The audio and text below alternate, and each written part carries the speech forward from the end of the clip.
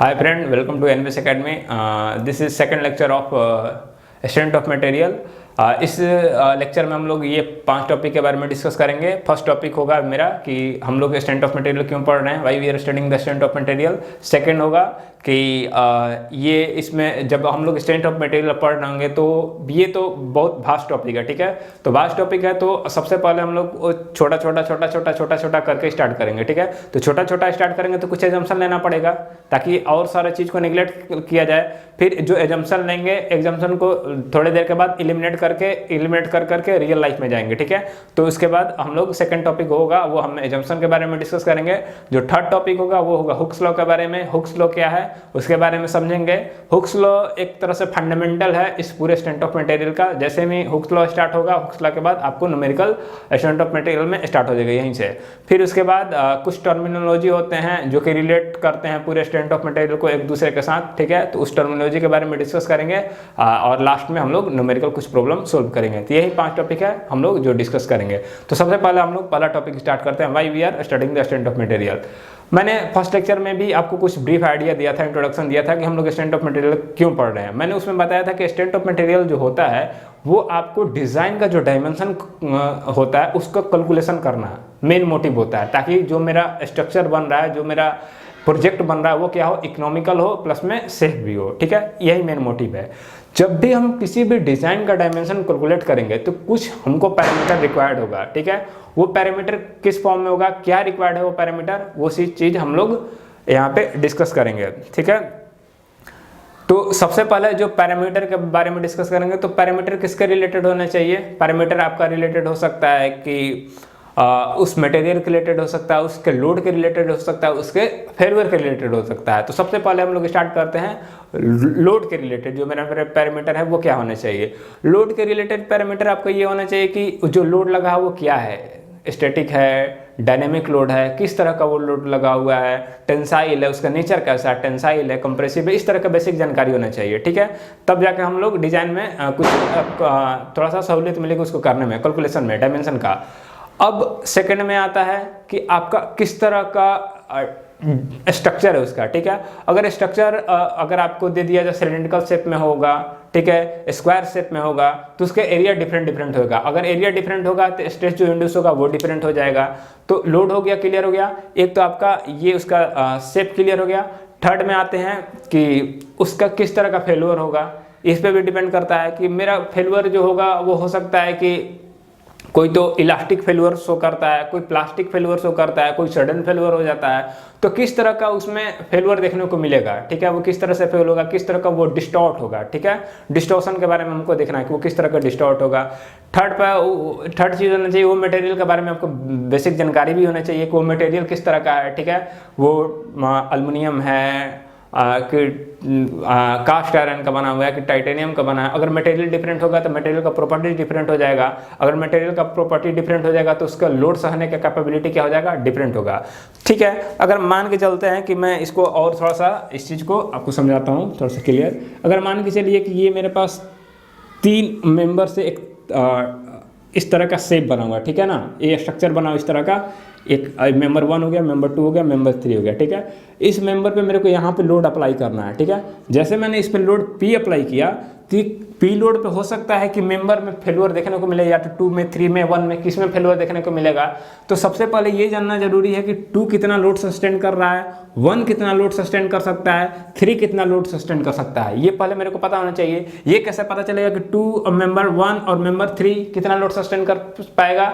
इसके लिए हमको ये पता होना चाहिए कि मेंबर 1 और मेंबर 2 और मेंबर 3 का जो मटेरियल है वो किस तरह का है। तो सबसे पहला हमको क्या जरूरत है, मटेरियल के बारे में आपको इन्फॉर्मेशन, ठीक है। मटेरियल का प्रॉपर्टी का इन्फॉर्मेशन आपको जानना जरूरी है, ठीक है। अब सेकंड बात करते हैं, मटेरियल का पता चलेगा तो ये पता चलेगा कितना लोड सस्टेन कर सकता है, ठीक है। अब उसके बाद ये पता करना मेरे जरूरी है कि ये किस तरह का इस पर लोड लगा हुआ है, ठीक है। किस तरह का लोड लगा हुआ है, लोड के बारे में आपको इन्फॉर्मेशन चाहिए, ठीक है। लोड में क्या क्या हो सकता है कि किस तरह का नेचर है लोड का, ठीक है। अब मेरे को पता रहेगा भाई 2 पे इतना लोड लग रहा है, इतना वो सस्टेन कर सकता है। सस्टेनेबिलिटी मटेरियल से पता चलेगा, जो अप्लाइड लोड है उससे पता चलेगा कि इस पे लोड कितना लग रहा है मेंबर 2 पे।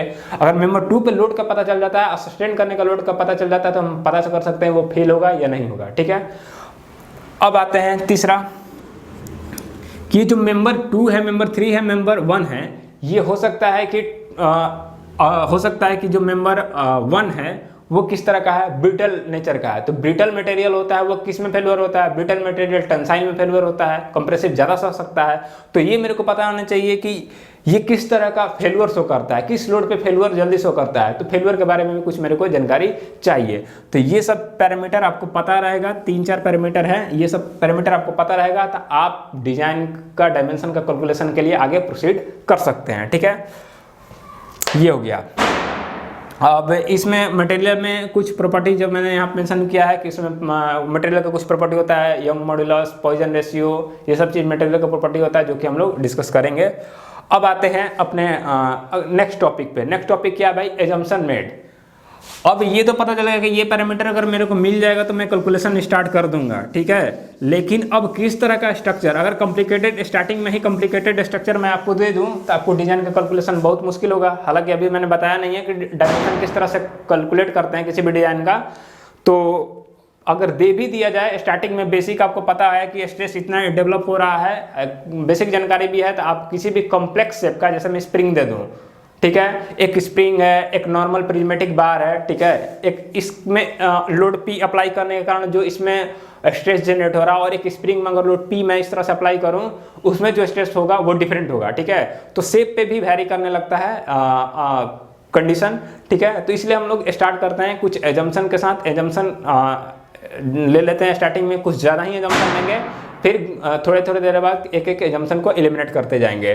तो हमारे पास ये एजम्पशन है। ठीक है, 5 एजम्पशन आपको दिख रहे होंगे, 5 एजम्पशन।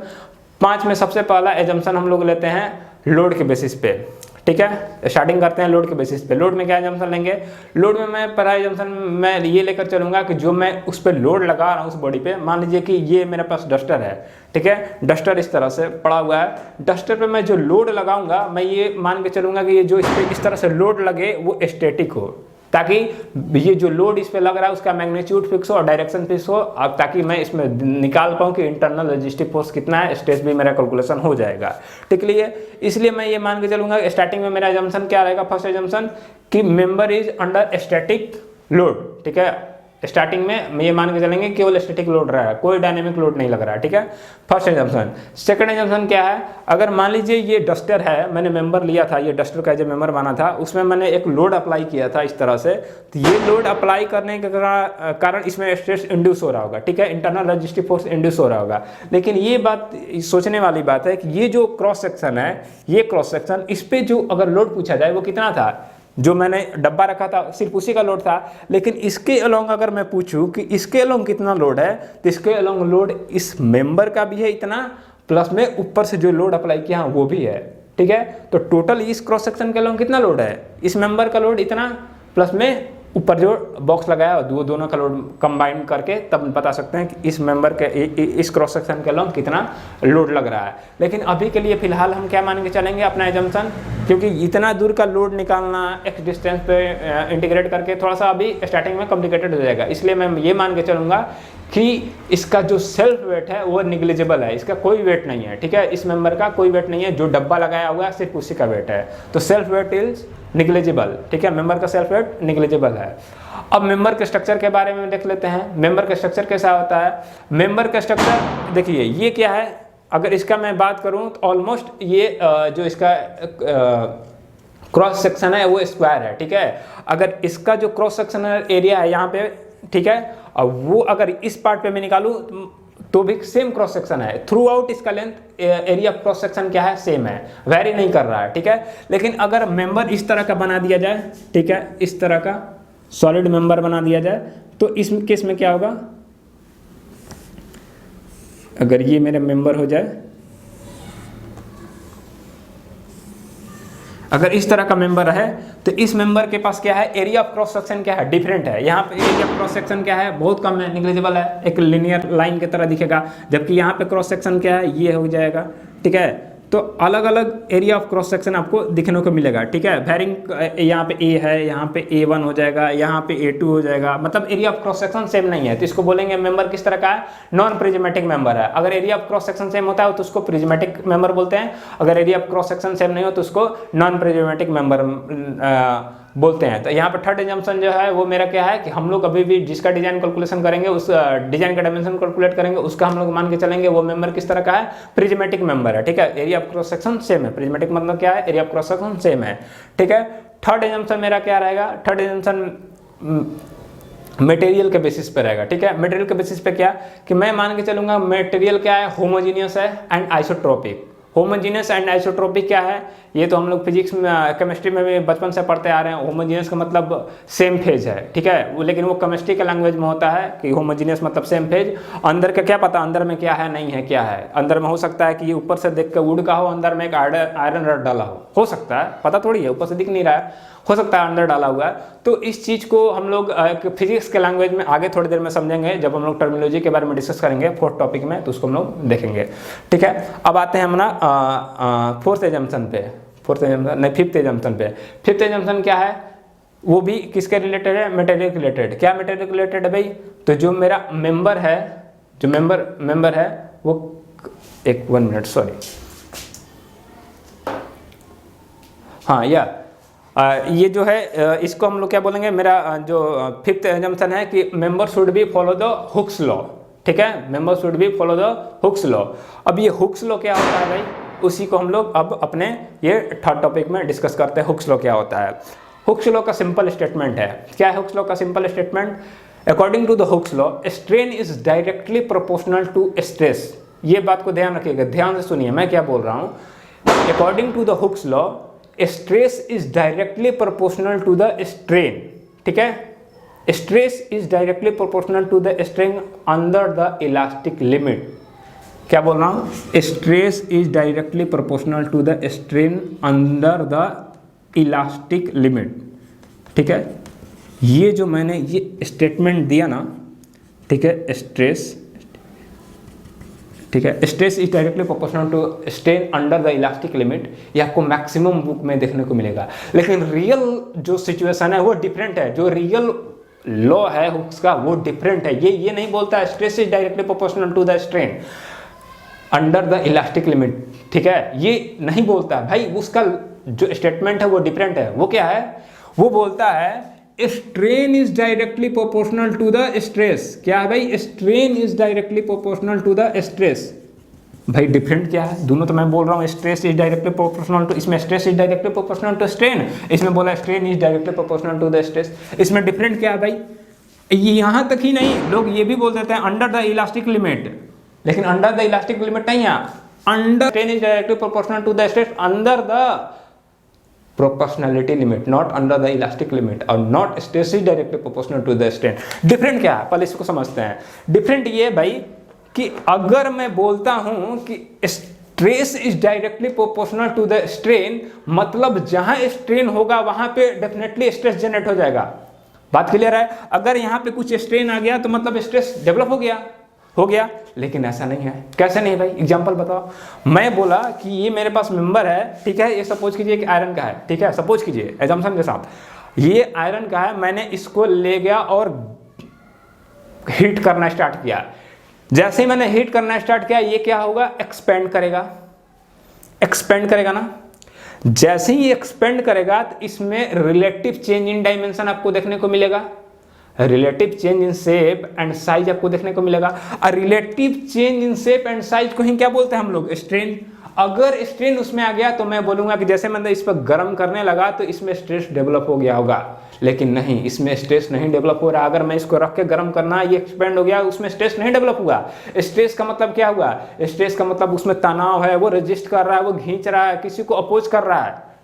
स्ट्रेस का मतलब तो यही हुआ। हम लोग भी बोलते हैं भाई मेरे पास बहुत स्ट्रेस है, मतलब बहुत तनाव में है, लेकिन ये जैसे गर्म हो रहा है वो तो नेचुरली एक्सपेंड कर रहा है हीट के कारण, उसमें कोई इंटरनल रेजिस्टिव फोर्स नहीं डेवलप हो रहा है, ठीक है। तो भाई क्या है, ये एक्सपेंड कर रहा है फ्रीली, मैंने हीट किया, उसमें स्ट्रेन आ गया, फिर भी स्ट्रेस नहीं डेवलप हुआ। कहने का मतलब ये तो फंडामेंटली रॉन्ग हो गया। तो इसका मतलब क्या है, आपको ये बोलना है strain is directly proportional to the stress, मतलब जब भी स्ट्रेस होगा तभी स्ट्रेन डेवलप होगा। ये नहीं है कि जब स्ट्रेन डेवलप हो गया उस समय स्ट्रेस डेवलप होगा।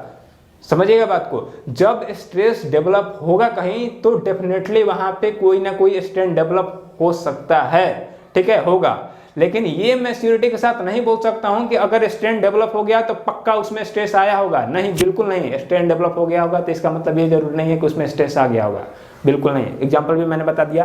तो इसलिए हुक्स का स्टेटमेंट क्या है, according to the Hooke's law strain is directly proportional to the stress under the proportionality limit. लेकिन लोग बोल देते हैं अंडर द इलास्टिक लिमिट, क्योंकि अंडर इलास्टिक लिमिट और प्रोपोर्शनैलिटी लिमिट एक दूसरे के जस्ट पास होता है, ठीक है, थोड़ा सा गैप होता है, निग्लिजिबल गैप होता है। तो वो क्या होता है प्रोपोर्शनैलिटी लिमिट और इलास्टिक लिमिट, उसको हम लोग समझेंगे प्रैक्टिकली वे में। अभी मैं थोड़ा सा इसको रफ कर लूँ, ठीक है। एक बात चीज यहाँ से समझ में आया क्या कि भाई स्ट्रेन जो होता है वो स्ट्रेस के क्या है, प्रोपोर्शनल है। स्ट्रेन जो है वो स्ट्रेस के क्या है, प्रोपोर्शनल है, ठीक है। Strain is proportional to the stress, ठीक है। तो अब भाई मेरे को ये प्रोपोर्शनलिटी का हटाना है साइन। जब मैं प्रोपोर्शनलिटी का साइन हटाऊंगा तो स्ट्रेन को मैं सिंबल से डिनोट करता हूँ, इस तरह से सिंबल से डिनोट किया जाता है स्ट्रेस को। प्रोपोर्शनलिटी लिमिट को हटाएंगे, ठीक है, हटाएंगे तो उसमें कुछ कांस्टेंट लगाना पड़ेगा, प्रोपोर्शनलिटी कांस्टेंट, ठीक है। तो प्रोपोर्शनलिटी कांस्टेंट लगाएंगे 1/E, ठीक है, 1/E। और ये जो स्ट्रेस का जो सिंबल होता है वो सिग्मा, इस तरह से।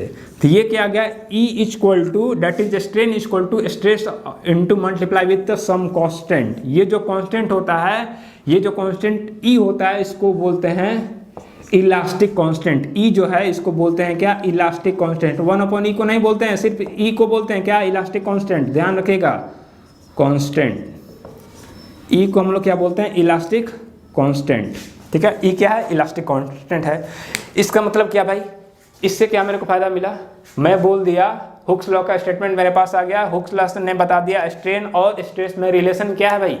ये जो इलास्टिक कांस्टेंट है वो मेरे को कहाँ से पता चलेगा, ये जो इलास्टिक कांस्टेंट है मेरे को मटेरियल के प्रॉपर्टीज से पता चलेगा। इलास्टिक कांस्टेंट क्या है, वो मटेरियल का उसका प्रॉपर्टीज है, ठीक है भाई। चलो मैंने मान लिया मटेरियल जो मैं स्ट्रक्चर बनाने जाऊंगा उसका मटेरियल मेरे को पता चल जाएगा, तो मेरे को इलास्टिक कांस्टेंट का वैल्यू मिल जाएगा, E का वैल्यू मिल जाएगा। स्ट्रेन है, स्ट्रेस, अब मैं क्या करूँगा, ये कैसे डिजाइन कैलकुलेशन होगा भाई, ये बात सही है। एक बात आप ध्यान रखिए, जब मैंने स्ट्रेस का डिफिनेशन बताया था तो उसमें मैंने क्या बोला था, स्ट्रेस क्या है, resistive force per unit area. मैंने क्या बोला, स्ट्रेस जो है, इधर स्ट्रेस जो है वो क्या है, resistive force per unit area है भाई, ठीक है। मैंने ये बोला था resistive force per unit area. तो ये क्या है, एक तरह से किसी एक मटेरियल के लिए वो पर यूनिट एरिया में कितना स्ट्रेस वो सह सकता है, ये भी तो कांस्टेंट हो सकता है। और क्लियर मैं समझाना चाहूँगा आपको, ये मेरा डस्टर है, ठीक है। ये डस्टर एक मटेरियल का बना वुड का, ठीक है। हो सकता है मैं ये वुड का नहीं मानता हूँ, मैं मान लेता हूँ ये कास्ट आयरन का बना हुआ है। ये मटेरियल कास्ट आयरन का है। मैंने इस पर कुछ फोर्स लगाया P, इसमें रेजिस्टिव फोर्स जनरेट हो गया, ठीक है। ये डिफॉर्मेशन शो नहीं कर रहा अभी, डिफॉर्मेशन मैं इसमें फोर्स P लगा रहा हूँ इस तरह से टेंसाइल, इसमें कोई अभी डिफॉर्मेशन शो नहीं हो रहा है। अंदर का जो रेजिस्टिव फोर्स होगा वो किसके बराबर होगा, अप्लाइड फोर्स के बराबर, P के बराबर है। एरिया ऑफ क्रॉस सेक्शन पता है भाई, ठीक है। इसका A है एरिया ऑफ क्रॉस सेक्शन। तो मैंने बता दिया कि पर यूनिट एरिया में हर एक पॉइंट पे कितना स्ट्रेस डेवलप हो रहा होगा, हर एक पॉइंट का इंफॉर्मेशन मेरे को बता दिया। क्या स्ट्रेस, हर एक पॉइंट पे हर एक यूनिट एरिया में कितना लोड है, हर एक यूनिट एरिया में कितना लोड है, वही बात मेरे को स्ट्रेस बता दिया। तो मैं बोला कि ठीक है भाई, बड़ा मेंबर हो या छोटा मेंबर हो, अगर लोड मैंने अप्लाई किया है, अगर हर यूनिट एरिया का मेरे को स्ट्रेस मिल जाएगा, ठीक है, हर एक यूनिट एरिया का स्ट्रेस मेरे को मिल जाएगा। तो मैं एक एक्सपेरिमेंटली डिटरमाइन किया कि भाई ये मेरा जो, मैं इसको ले गया प्रैक्टिकली लैब में, और लैब में मैंने इसको टेस्ट करना स्टार्ट किया कि ये जो मेरा कास्ट आयरन है ये पर यूनिट एरिया कितना लोड सस्टेन कर सकता है फेल्यूर से पहले, ठीक है। मैंने इस पर लोड लगाते गया, टेस्ट करते गया, मैंने चेक करते गया कि कितना भाई सस्टेन कर सकता है पर यूनिट एरिया ये लोड। मेरे को पता चला कि भाई दिस अमाउंट ऑफ लोड को सस्टेन कर सकता है। इसके बाद वो क्या होगा, फेलियर हो जाएगा। मतलब इतना स्ट्रेस पर यूनिट एरिया, वो इतना load per unit area sustain कर सकता है, मतलब क्या है कि इतना वो स्ट्रेस सस्टेन कर सकता है मटेरियल, इसके बाद वो क्या हो जाएगा, फेलियर हो जाएगा। कहने का मतलब क्या हो गया कि हर एक मटेरियल का मेरे को फेलियर स्ट्रेस पता है। वो कहाँ से पता है भाई, एक्सपेरिमेंटली डिटरमाइन है, डाटा पड़ा हुआ है भाई, डाटा शीट में सारा डाटा डाला हुआ कि भाई कास्ट आयरन इतना टेंसाइल लोड, इतना टेंसाइल स्ट्रेस सस्टेन कर सकता है, इसके बाद वो फेल हो जाएगा। इतना कंप्रेसिव स्ट्रेस सस्टेन कर सकता है, उसके बाद फेल हो जाएगा। इतना शियर स्ट्रेस सस्टेन कर सकता है, उसके बाद फेल हो जाएगा। तो ये मेरे को डाटा पता है भाई कि कितना वो सस्टेन कर सकता है। मेरे पास स्ट्रेन मिल जाएगा, स्ट्रेन है, इलास्टिक कांस्टेंट है, तो मैं बता दूंगा कि अभी मेरा स्ट्रेस कितना इंड्यूस हुआ। बात समझिए, अगर स्ट्रेन मेरे को निकल जाए, मैं किसी भी मेंबर को मैं खींचने लगा, ठीक है, एक थोड़ा सा और मैं प्रैक्टिकल वे में जाना चाहता हूँ। मान लिया थोड़ा सा डाटा के साथ करते हैं काम। ये मेरा कास्ट आयरन का बना है, मेरे को ये पता चल गया कि ये जो स्ट्रेस जो सस्टेन कर सकता है वो 50 मेगा पास्कल सस्टेन कर सकता है। उसके बाद ये क्या हो जाएगा, फेल हो जाएगा भाई। बोला ठीक है, फेल हो जाएगा। ये क्या है, फेलुअर स्ट्रेस। इसके बाद वो फेल हो जाएगा। मैंने मान लिया ठीक है भाई, इसके बाद मैं नहीं लगाऊंगा, इसके बाद मैं लगाऊंगा, इससे ज़्यादा इसमें स्ट्रेस डेवलप होगा तो ये क्या हो जाएगा, फेल हो जाएगा। लेकिन फेल होने से बचाना है, ठीक है, मैंने मान लिया। अब आते हैं, ये मटेरियल का मेरे को पता है कि इसका जो इलास्टिक का कांस्टेंट जो है, वो इलास्टिक कांस्टेंट मैं मान लेता हूँ, इसका इलास्टिक कांस्टेंट का वैल्यू 80 गीगा पास्कल है, ठीक है, 80 जीपी है, 80 गीगा पास्कल है। मैंने बोला सही बात है, सही बात है, 80 गीगा पास्कल है। तो मैंने इसको ले गया मशीन पे, ठीक है, यूनिवर्सल टेंसाइल लोड लगाने के लिए universal tensile load testing machine होता है, उस पर मैंने ले गया, दोनों तरफ से होल्ड किया, टेंसाइल लोड लगाना स्टार्ट किया। मैंने देखा, अच्छा ठीक है भाई, टेंसाइल हो रहा है, इसमें डिफॉर्मेशन स्टार्ट होने लगा, लेंथ इसका बढ़ने लगा। मैंने रीडिंग देख रहा हूँ कि कितना लोड अप्लाई कर चुका हूँ। रीडिंग मेरे को दिख रहा है कि हाँ इतना लोड अप्लाई, टेंसाइल फोर्स लगाया जा रहा हूँ, बढ़ाया जा रहा हूँ, मैग्नीट्यूड हल्का हल्का बढ़ाया जा रहा हूँ, ग्रेजुअली अप्लाइड लोड है, ठीक है, हल्का हल्का मैं बढ़ाया जा रहा हूँ। मेरे को पता चल रहा है रीडिंग पे भाई कितना लोड लग चुका है। मेरे को लोड पता है, एरिया इसका ऑलरेडी मेरे को एरिया ऑफ क्रॉस सेक्शन पता है, ठीक है। मैंने लोड भी देखते गया कि कितना लोड लग रहा है, उससे पता चला कि ये जो मेरा लोड को मैं भूल जाता हूँ, ठीक है। अब थोड़ा सा मैं पीछे आता हूँ। मैंने इसको लगाते गया लोड, मैंने देखा कि इसमें लेंथ का डिफॉर्मेशन कितना आ गया, डेल्टा एल लेंथ का डिफॉर्मेशन आ गया, ठीक है। इनिशियल लेंथ इसका कितना था, वो पहले से मैंने मेजर कर रखा था, एल लेंथ है। तो मैंने इससे पता कर लिया कि भाई रिलेटिव चेंज इन लेंथ कितना आया, तो डेल्टा एल बाई एल, ये मेरा क्या है, स्ट्रेन। सपोज करते हैं स्ट्रेन का वैल्यू मेरे को आया 0.005। मैंने डेल्टा एल बाई एल निकाला, मेरा है 0.9 देखते हैं, 5 इंटू 10⁻⁻⁴, इतना आ गया मेरा strain. Delta L by L है, इसका भी डेल्टा एल का मैग्नीट्यूड mm में होगा, एल का भी mm में होगा, तो दोनों का भी यूनिट जो होगा कट जाएगा, ये यूनिटलेस आता है, इसमें कोई यूनिट नहीं होता है स्ट्रेन में। तो ये 5 इंटू 10⁻⁴ आ गया, मेरे पास स्ट्रेन का वैल्यू आ गया, ठीक है। इलास्टिक कांस्टेंट का वैल्यू पता है, तो मैं उससे निकाल सकता हूं कि अभी इस मेंबर में जब मैं यूनिवर्सल टेस्टिंग मशीन पर जब इसको टेस्ट कर रहा हूं तो इसमें कितना स्ट्रेन अंदर में डेवलप हो चुका है, और उस स्ट्रेन और उस इलास्टिक कांस्टेंट के वैल्यू को दोनों को यूज करके मैं ये बता सकता हूं कि अभी इस मेंबर में स्ट्रेस कितना डेवलप है, कितना स्टेप डेवलप हो चुका है, ठीक है। तो मैंने वही काम किया, स्टार्ट किया आगे अपना प्रोसेस को, और प्रोसेस को स्टार्ट करते समय मेरे को पता जो स्ट्रेस का वैल्यू है वो स्ट्रेस इक्वल टू क्या हो जाएगा, इलास्टिक कांस्टेंट इंटू स्ट्रेन, और दोनों को मैंने मल्टीप्लाई किया 5 इंटू 10⁻⁻⁴।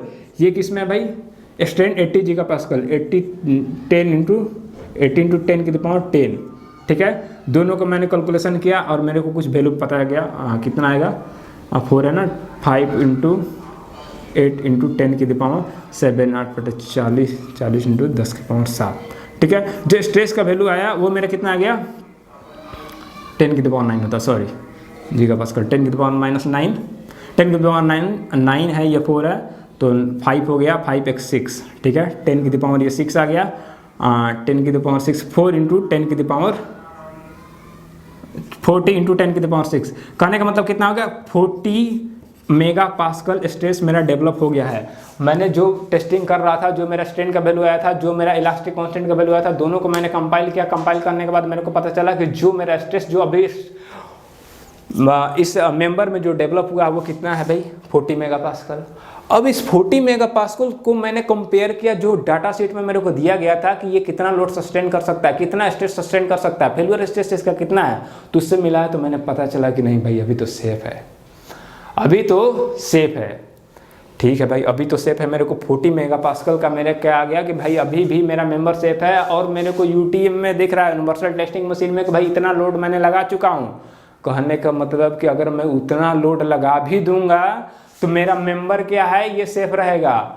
फिर मैंने आगे बढ़ाया, लोड बढ़ाया, मैंने चेक किया, फिर स्ट्रेस का वैल्यू कितना है, मैंने इस तरह से करते गया। मेरे को पता चला कि इतना लोड लगाऊंगा तब जाके इस 50 मेगा पास्कल को इंड्यूस स्ट्रेस क्रॉस कर जाएगा।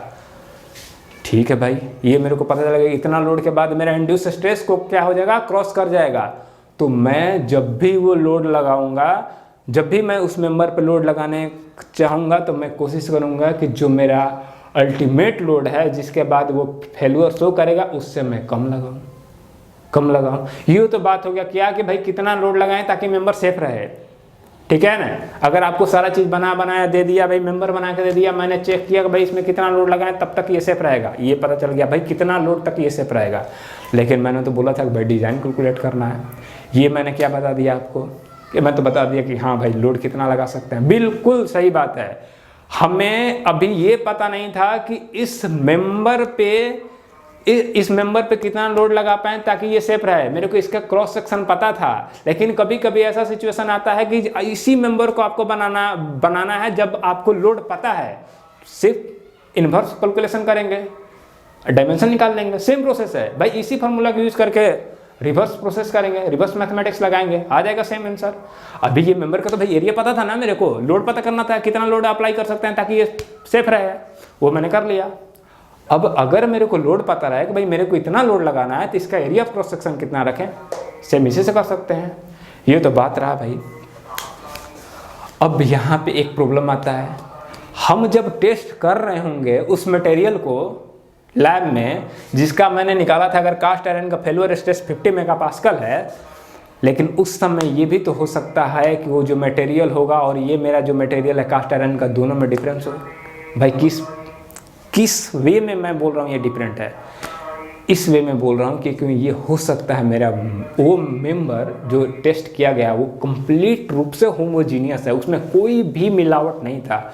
इसमें हो सकता है कि भाई मिलावट हो, प्रॉपर ये प्योर ना हो, ठीक है, होमोजीनियस ना हो, इस तरह के बातें हो सकती है। हो सकता है कहीं इसमें वॉइड हो सकता है कहीं इसमें वॉइड हो, इस तरह का बहुत सारा प्रॉब्लम हो सकता है। अंदर की बातें मैं डिज़ाइन किया हूँ कि भाई ये 50 केजी लोड को ही सस्टेन कर पाएगा, लेकिन हो सकता है भाई इंडिया है 50 केजी का लोड है तो भाई 55 केजी तक तो भाई कैलकुलेट करके रखना पड़ेगा। बाइक है भाई 2 लोगों का बैठने के लिए 5 लोग बैठ जाते हैं। भाई मेरे को बाइक डिजाइन करना हो, इतना तो मेरे को लेकर चलना पड़ेगा ना कि केवल 2 लोग के बारे में मैंने सोचेगा, मैं ये भी सोचूंगा कि 5 लोग भी बैठ सकते हैं।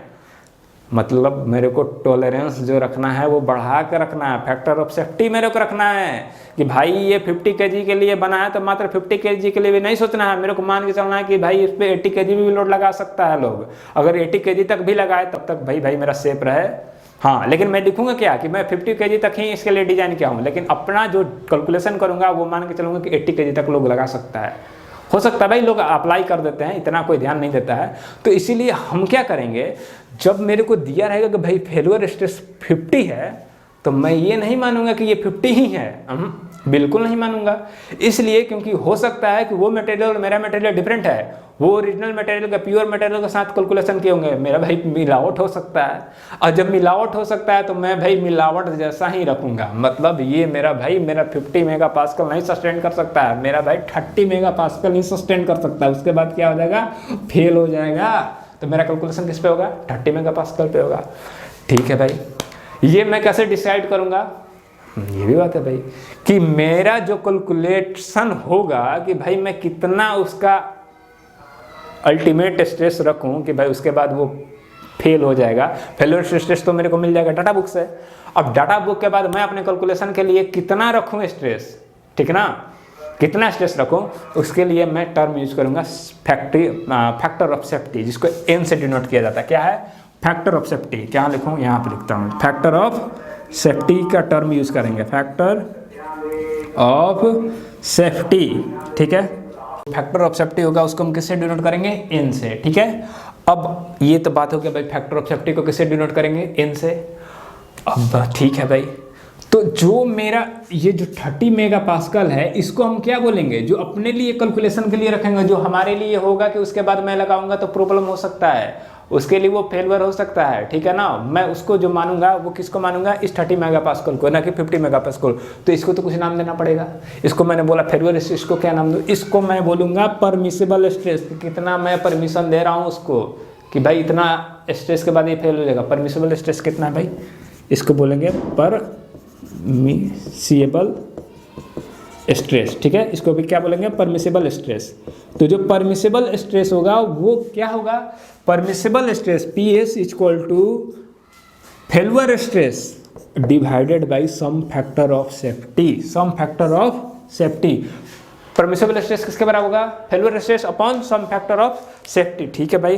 Permissible stress equal to some factor of safety upon failure stress upon some factor of safety. Factor of safety कितना रखेंगे?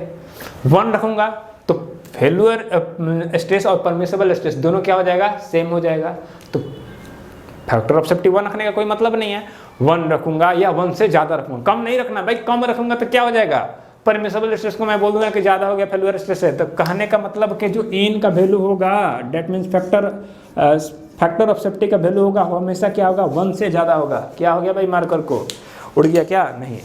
परमिसिबल जो फैक्टर ऑफ सेफ्टी एन होगा वो हमेशा क्या होगा? 1 या 1 से ज़्यादा होगा भाई, उससे कम नहीं होगा। कम हो गया तो मतलब क्या हो गया? कम होने का मतलब जो परमिसिबल स्ट्रेस मैं जो बोल रहा हूँ कितना अलाउ मैं करूँगा वो तो ज़्यादा अलाउ करना फ्रैक्चर से भी, मतलब मैं इंजीनियरिंग में क्या हूँ? 0 ऐसे हूँ भी, ठीक है, वो अलग बात है।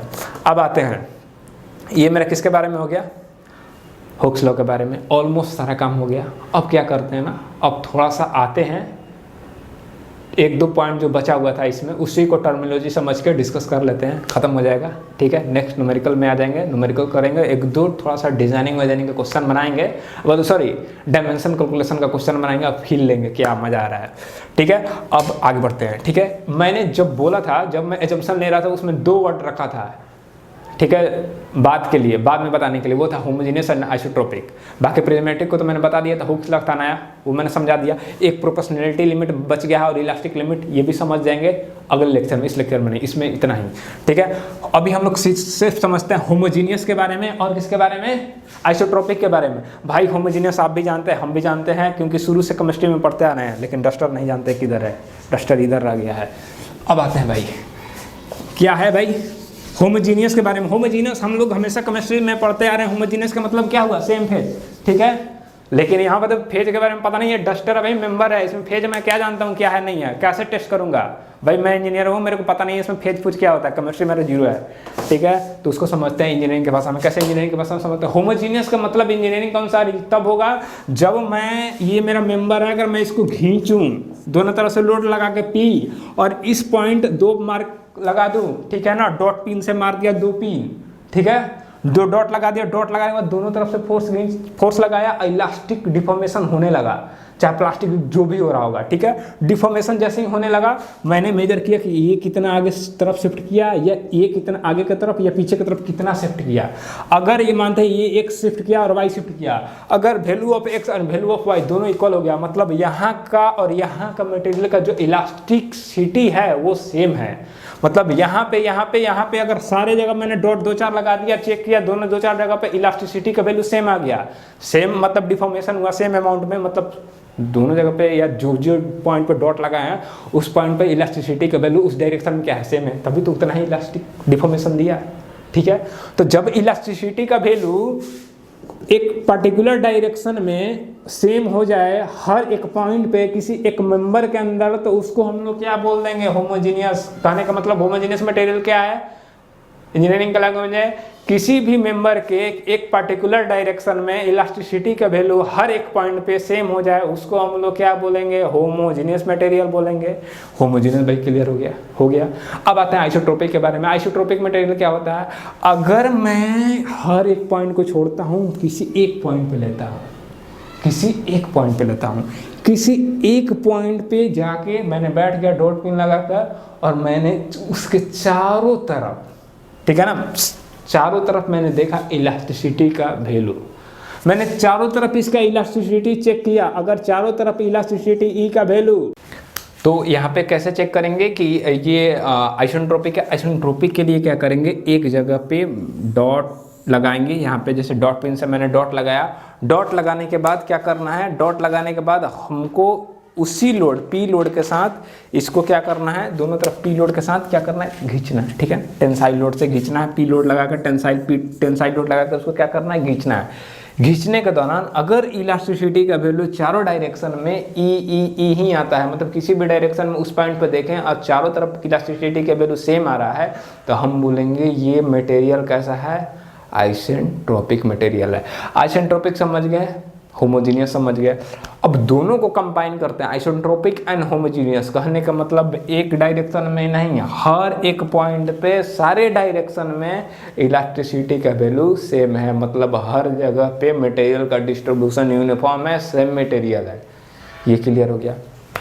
अब आते हैं, ये था क्या भाई, ये बेसिक इन्फॉर्मेशन था जो हम लोग बेसिक डिस्कस करने वाले थे, टर्मिनोलॉजी, वो बेसिक टर्मिनोलॉजी था। अब हम लोग आते हैं किस पे, न्यूमेरिकल प्रॉब्लम पे। एक न्यूमेरिकल आपके ये स्क्रीन पे दिख रहा होगा, थोड़ा सा आप इसको ट्राई कीजिए, ठीक है, ट्राई कीजिए, रोकिए, ट्राई कीजिए भाई, रोक लीजिए, रोक के ट्राई कीजिए, खुद से नहीं आता फिर इसके बाद इसको मिलाइएगा। रोकिए, वीडियो को रोकिए, मिलाइए। अब आइए देखते हैं करना क्या है। सबसे पहले कभी भी क्वेश्चन को सोल्व करना है तो सोल्व करने का प्रोसेस क्या करना है, आप पहले गिवन डाटा को देखिए क्या क्या दिया हुआ है, ठीक है, उस क्वेश्चन में, और क्या आपको फाइंड आउट करना है। तो पहले उसको सजाइए। स्टार्टिंग में मैं फाइनली नहीं बता रहा हूँ, जब आपको क्वेश्चन सोल्व करना है गेट वगैरह में, उसके लिए नहीं बता रहा हूँ, ये प्रोसेस अभी स्टार्ट करने के लिए, ताकि आपको कॉन्फिडेंस आए। तो आपको सबसे पहले गिवन डाटा लिखना है। गिवन में क्या दिया है भाई, आपको लोड का वैल्यू दिया है। लोड कितना दिया, 1 kilo newton. 1 kilo newton is equivalent to 1 × 10⁻³ newton, ठीक है। मैंने इसको यूनिट कन्वर्जन कर लिया थोड़ा सा। एरिया का वैल्यू कितना दे, 0.8 सेंटीमीटर स्क्वायर। अब इसको जो आंसर है, ठीक है, और जो आंसर एमसीक्यू में देख रहे हैं वो आंसर किस में दिया हुआ है, न्यूटन पर mm स्क्वायर में। तो मैं इसको किलो न्यूटन से न्यूटन में बदल दिया था और इसको सेंटीमीटर से किस में बदल दिया था, mm स्क्वायर में। अब सेंटीमीटर से mm स्क्वायर में बदल दिए हैं, इसको किलो न्यूटन से न्यूटन में बदल दिए हैं। अब लेंथ का वैल्यू दिया है 10 सेंटीमीटर, इसको भी हम लोग mm में कन्वर्ट कर लेते हैं। तो 10 centimetre is equivalent to 100 mm length भी है। निकालना क्या है, टू फाइंड क्या करना है भाई, स्ट्रेस का वैल्यू। स्ट्रेस का फॉर्मूला क्या होता है, stress is equal to internal resistive force upon area. Internal resistive force upon area. Load का वैल्यू दिया हुआ है, load is equivalent to internal resistive force कब, जब उसमें डिफॉर्मेशन नहीं आया है। अब इसमें डिफॉर्मेशन वगैरह के बारे में कोई डाटा दिया नहीं है, तो क्या समझ लेना है कि जो लोड दिया हुआ है वही इंटरनल रेजिस्टिव फोर्स है, ठीक है। तो P internal resistive force is equal to कितना हो गया यहाँ पे, 1 × 10⁻³। अब यहाँ पे एरिया दिया हुआ है, एरिया कितना दिया हुआ है, एरिया 0.8 × 10⁻², ठीक है। तो एरिया दिया हुआ है, लोड दिया हुआ है, दोनों का वैल्यू दिया हुआ है, तो हम लोग स्ट्रेस नहीं निकाल लेंगे, बिल्कुल निकालेंगे। तो भाई लेंथ क्यों दिया था, लेंथ ऐसे ही दिया था ताकि आप उस पर टाइम दे, थोड़ा सा सोचे कि किस तरह से इंटरनल रेजिस्टिव फोर्स निकाले, किस तरह से लोड दिया है, इंटरनल रेजिस्टिव फोर्स में क्या रिलेशन है, इसके लिए टाइम आपको लगे वहाँ, इसके लिए। तो बस आपको क्या करना, सिंपल वैल्यू पुट करना। वैल्यू पुट करेंगे, P का वैल्यू कितना दिया हुआ, 1 × 10⁻³ और एरिया का वैल्यू कितना है, 0.8 × 10⁻²। इसको अगर सॉल्व करेंगे तो कितना आएगा, 0.1 10⁻², तो ये हो जाएगा 0.1, तो ये 100 हो जाएगा, 100/8 यानी 25 न्यूटन पर mm स्क्वायर। इसका आंसर कितना हो जाएगा, स्ट्रेस का value 25 Newton per mm square. ये सिंपल क्वेश्चन था, बेसिक क्वेश्चन था। हम तो भाई बोले थे डिजाइनिंग करना है, तो इसीलिए मैं एक क्वेश्चन लाया हूँ डिजाइनिंग का। डिजाइनिंग नहीं, उसमें बिल्कुल सिंपल क्वेश्चन है। क्वेश्चन क्या है भाई कि आपके पास एक क्यूबोइडिकल शेप का एक मेंबर है जिसका एरिया ऑफ क्रॉस सेक्शन क्या है, स्क्वायर है, क्योंकि लेंथ भी इसका ब्रेथ भी कितना है, ए है, और हाइट भी कितना है, ए है, ठीक है। तो इसका ब्रेथ ए है और हाइट कितना है, ए है। तो इसका क्यूबोइडिकल शेप का है, लेकिन इसका जो एरिया ऑफ क्रॉस सेक्शन क्या है, स्क्वायर है, ठीक है। इस पे पी लोड टेंसाइल लोड लगाया हुआ है, ठीक है। अब ये पी टेंसाइल लोड लगाया है, वो कितना लगाया है, 10 किलो न्यूटन लगाया हुआ है टेंसाइल लोड। और ये बोल रहा है कि इसका जो मटेरियल जो है, वो मटेरियल के बाद में कोई डिस्कस नहीं है, मैं मान लेता हूँ कि माइल्ड स्टील का था, माइल्ड स्टील का था। इसका फेल्यूर स्ट्रेस है वो 100 मेगापास्कल है। आप इसका जो एरिया है, जो इसका डायमेंशनिंग है क्रॉस सेक्शन एरिया का, वो क्रॉस सेक्शन एरिया कितना रखें ताकि ये मेंबर 10 किलो न्यूटन पे फेल ना हो।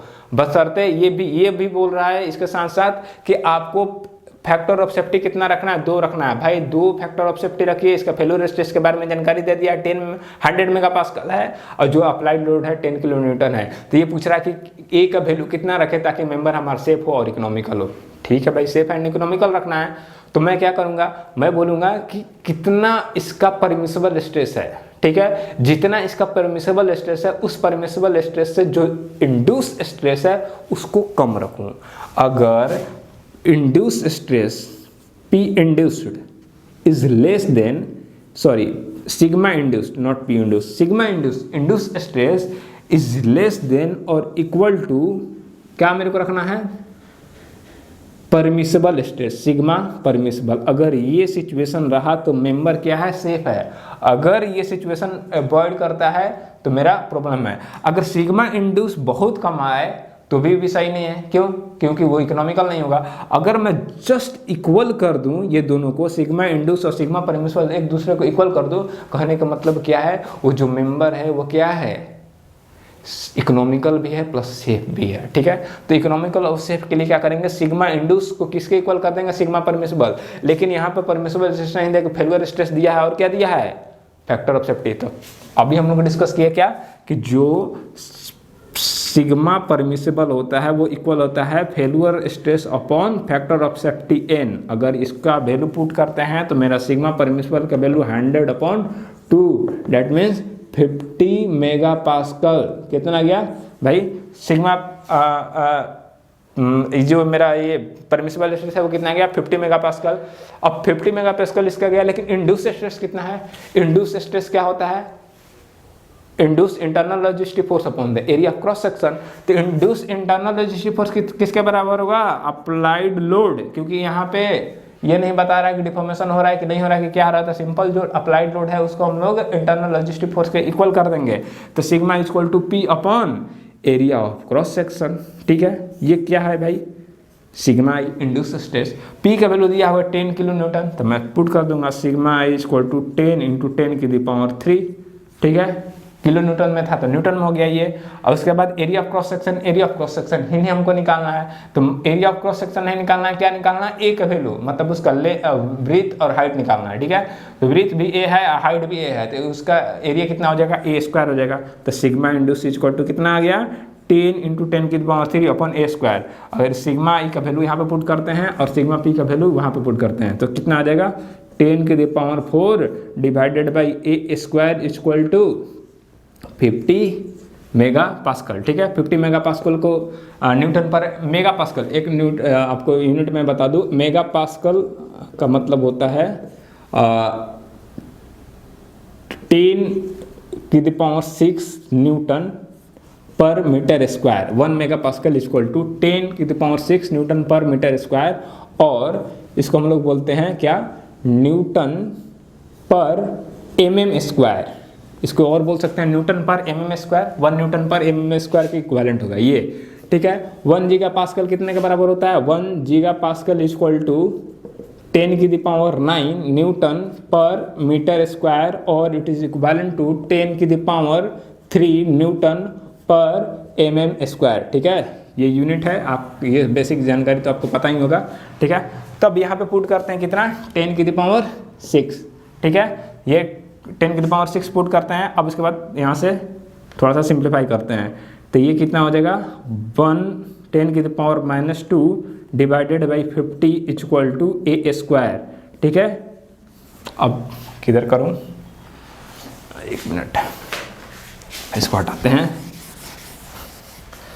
ए स्क्वायर इक्वल टू कितना आ गया मेरा 10⁻⁻2 डिवाइडेड बाई 50। ठीक है, ये किस में आ रहा है मीटर स्क्वायर में। ठीक है, ए स्क्वायर इक्वल टू 10⁻², इसको हम mm में कन्वर्ट कर लेते हैं। मीटर स्क्वायर है तो mm में कन्वर्ट करेंगे तो कितना हो जाएगा भाई 50 × 10⁻6, 10⁻6 से मल्टीप्लाई हो जाएगा तो ये किस में हो जाएगा mm स्क्वायर में हो जाएगा। ए स्क्वायर इक्वल टू ये 2 है ये पूरा है तो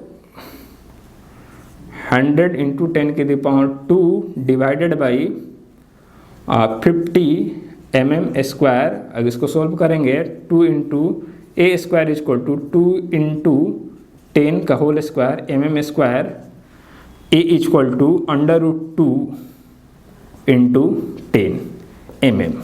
ये क्या आ गया मेरा वैल्यू, किसका आ गया ए का वैल्यू कितना आ गया, मतलब उसका विड्थ या हाइट कितना होना चाहिए √2 × 10। ठीक है, और इसको के mm होना चाहिए इतना mm, और ए इक्वल टू इसको बोलते हैं 14.6 के अप्रॉक्स होना चाहिए। ठीक है ना, तो √2 × 10 mm मेरा ए का वैल्यू आ गया। ए का वैल्यू कितना आ गया, मतलब विड्थ और हाइट कितना होना चाहिए √2 मल्टीप्लाई विथ 10। ठीक है, ये सिंपल हो गया। इसी तरह के बेसिक फार्मूला पे बेस्ट क्वेश्चन होते हैं इस टॉपिक पे, और ज़्यादा इसमें कुछ कॉम्प्लिकेटेड नहीं होगा। अब हम लोग क्या करते हैं, अब थोड़ा सा आगे पढ़ते हैं, अब थोड़ा सा कॉम्प्लेक्स सिचुएशन को करते जाते हैं। लेकिन कॉम्प्लेक्स करने से पहले एक चीज़ याद रखना है, ये तो लेक्चर ओवर हो गया। नेक्स्ट लेक्चर में क्या करना है, नेक्स्ट लेक्चर में हम लोग डिस्कस करेंगे जो अभी हम लोग पॉइंट यहाँ पे छोड़ते हैं, इलास्टिक लिमिट, प्रोपोर्शनैलिटी लिमिट, इस तरह के लिमिट वगैरह के बारे में हम लोग बोल रहे थे कि कुछ होता है। प्लस में मैं बोल भी रहा था कि यूनिवर्सल टेस्टिंग मशीन से इसको खींचूंगा, स्ट्रेस होगा, ये होगा, वो होगा, फेल हो जाएगा, नहीं होगा। इस चीज़ को हम लोग एक प्रैक्टिकल वीडियो से उसको देखने का डेमोस्ट्रेट करके समझने की कोशिश करेंगे कि अगर मैं लोड लगाते जाता हूँ तो किस तरह से स्ट्रेस डेवलप होता है, किस तरह से स्ट्रेन डेवलप करेगा। स्ट्रेस स्ट्रेन कर्व बनाएंगे, स्ट्रेस स्ट्रेन कर्व को एनालिसिस करेंगे। एक्चुअली में एक होता है टर्म इंजीनियरिंग स्ट्रेस, एक ट्रू स्ट्रेस, दोनों में क्या डिफरेंस है, कब तक दोनों सेम होते हैं, क्या होते हैं, दोनों के बीच के रिलेशन को समझेंगे नेक्स्ट वीडियो में। ये सब जानकारी एक तो और था, प्रेशर और फोर्स के बीच में जो डिफरेंस था वो भी रह गया, इस लेक्चर में नहीं हो पाया, अगले लेक्चर में ही हम लोग कवर करेंगे। इस लेक्चर के बेस पे जितना भी क्वेश्चन है, जो भी नोट्स है, सारा डिस्क्रिप्शन बॉक्स में है, उसको चेक कीजिए। और जो इस पे बेस्ड जो क्वेश्चन है उसको आप गूगल फॉर्म में प्लीज़ जाइए, उसको सॉल्व कीजिए और उसको सबमिट कीजिए और देखिए कि आप उसको कितना सीख पाए। Maximum number of question practice कीजिएगा, तभी अच्छा होगा, तभी बेस्ट होगा आपके लिए। बाकी हम लोग मिलते हैं नेक्स्ट वीडियो में। Thank you everyone.